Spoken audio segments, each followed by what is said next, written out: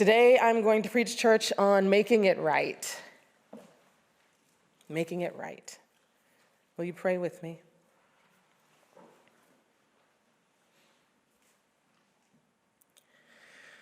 Spirit of the living God, fall fresh on me. Spirit of the living God, fall fresh on me. Melt me, mold me, fill me, use me. Spirit of the living God, fall fresh on us.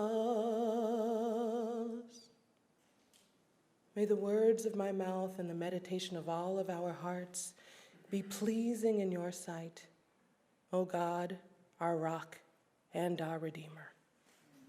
Amen.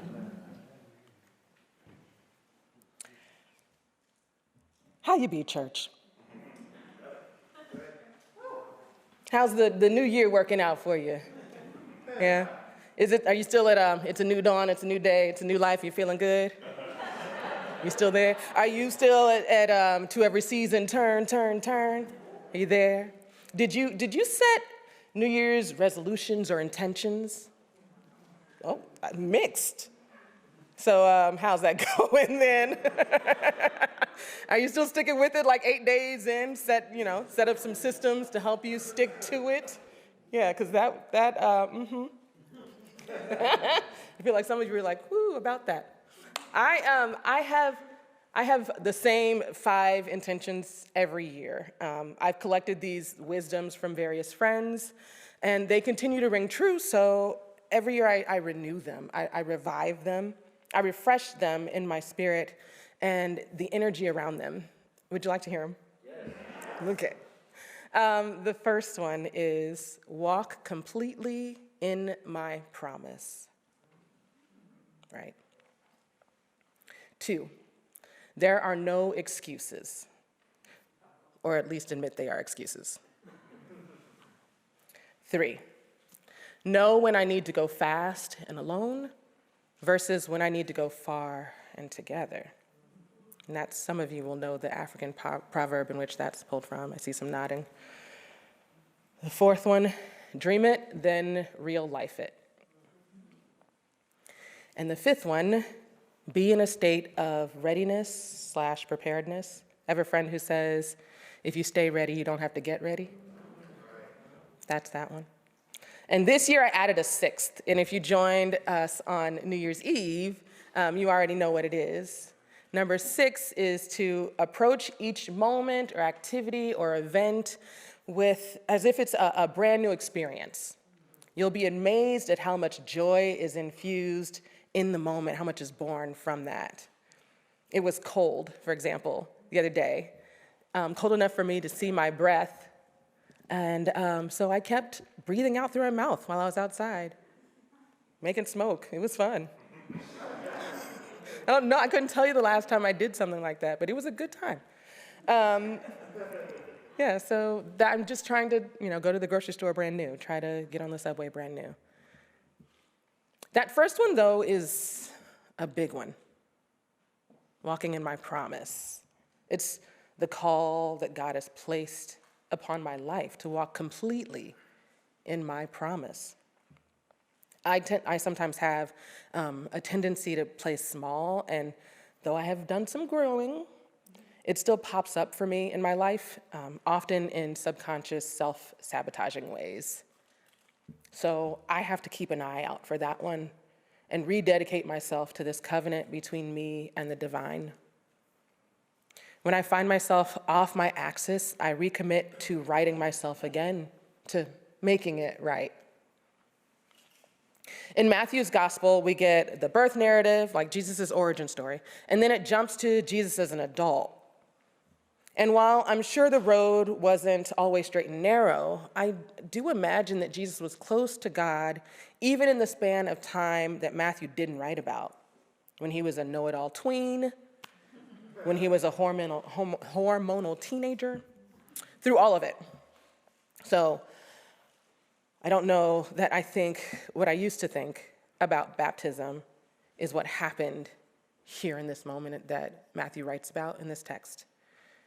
I don't think this is where Jesus got close to God or where the relationship began.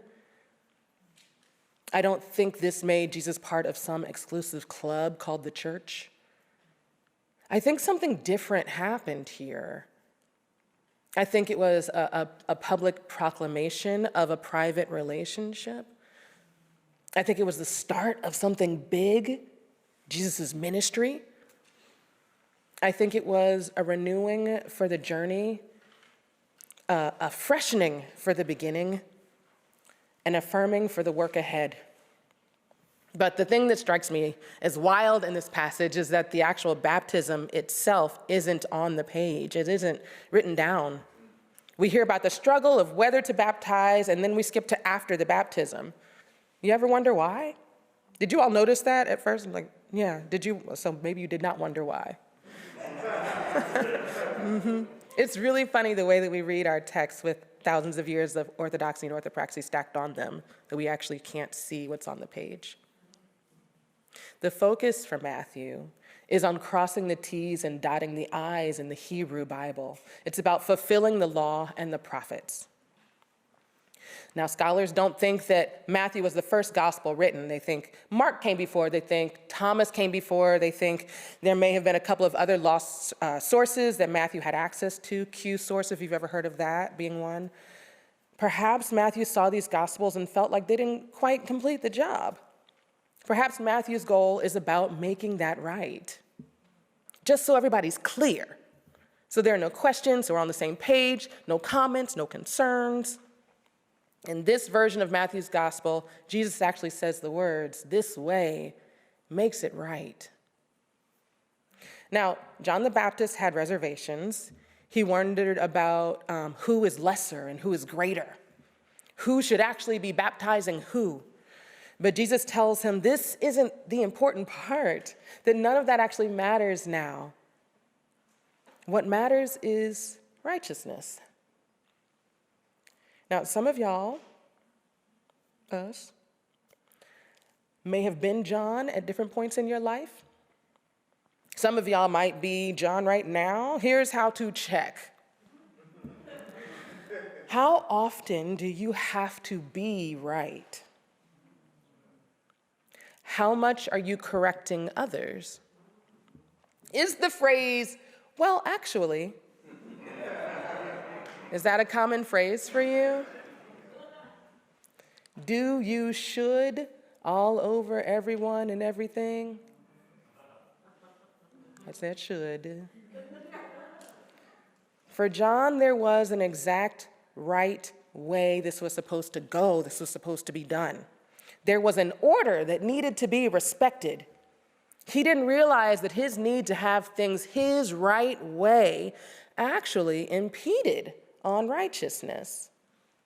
So Jesus asked him to set that aside, to drop it for now. This way makes it right. Consider the call on your life. Are you in the way of your own righteousness? Are you the one placing impediments throughout your path, maybe even on a subconscious level? How do you get it right? Do you know where righteousness lies? Can you identify it? Have you aligned with it? Are you due for a realignment? Let's take this opportunity as we remember Jesus' baptism to realign ourselves, to recommit ourselves to the call on our lives. Let's make it right. Is anyone doubting that Jesus was already following God before this baptism? This was a recommitment to the call that God had put on his life. The next chapter has Jesus beginning his ministry in Galilee. As Jesus preached on New Year's Eve, sometimes the beginning doesn't look like the beginning, but we have markers along the way that when we look back, we can see where we made a turn. Let us today leave a marker for us to turn back and see where we made it right. Let us today recommit ourselves to the work God has called us to, both in our personal lives and in our social justice work. Let us today recommit to the work of bringing God's kingdom here on earth as it is in heaven. Let us today recommit to loving each other a little more deeply, to understanding the other a little more clearly, to showing up fully embodied as God's beloved, to making it right. Jesus goes to the water to make it right. At the church where I grew up, we'd sing, "Jordan River, chilly and cold, chills my body, but not my soul." In front of me, you see a bowl, and it is filled with water and stones you'd find in a riverbed, same as Jesus and John tread on that day. I invite you this morning, at the beginning of this new year, into a recommitment ritual. Come down the aisles and meet Reverend Mira and I to renew your commitment to the call on your life, the call God has given you, be it a larger call of shaking this world like a fruit tree until justice falls from its branches for all to receive, or a less perceptible call to touch lightly the hearts of those around you so they may know love, so that the fire that is in you and is in all of us can join together to burn brightly and light up this world with God's fierce revolutionary love. Perhaps your call is to reclaim, to reframe, to repair, to rebuild, to make right again, to make new again.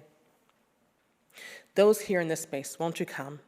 And those who are online, Reverend Ben and Rachel are in the chat to lead you through a more Thekla-inspired version of this recommitment. Will you speak over yourself and encourage yourself in the Lord? Won't you come?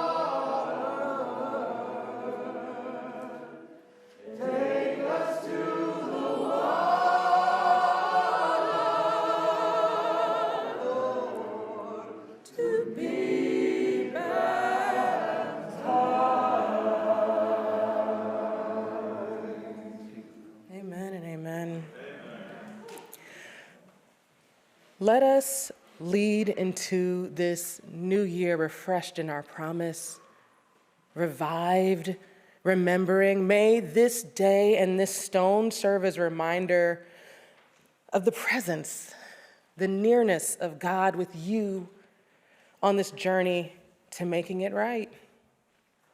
Put it somewhere you'll see it every day, or maybe carry it around in your pocket so you feel it when you go to warm your hands or reach for your chapstick. May this be the marker in your life, the inciting moment when your soul was reignited. I hold you in my heart and pray for you as you do this personal and vulnerable work. May you feel revived and renewed in the presence of God on this journey. May it be so.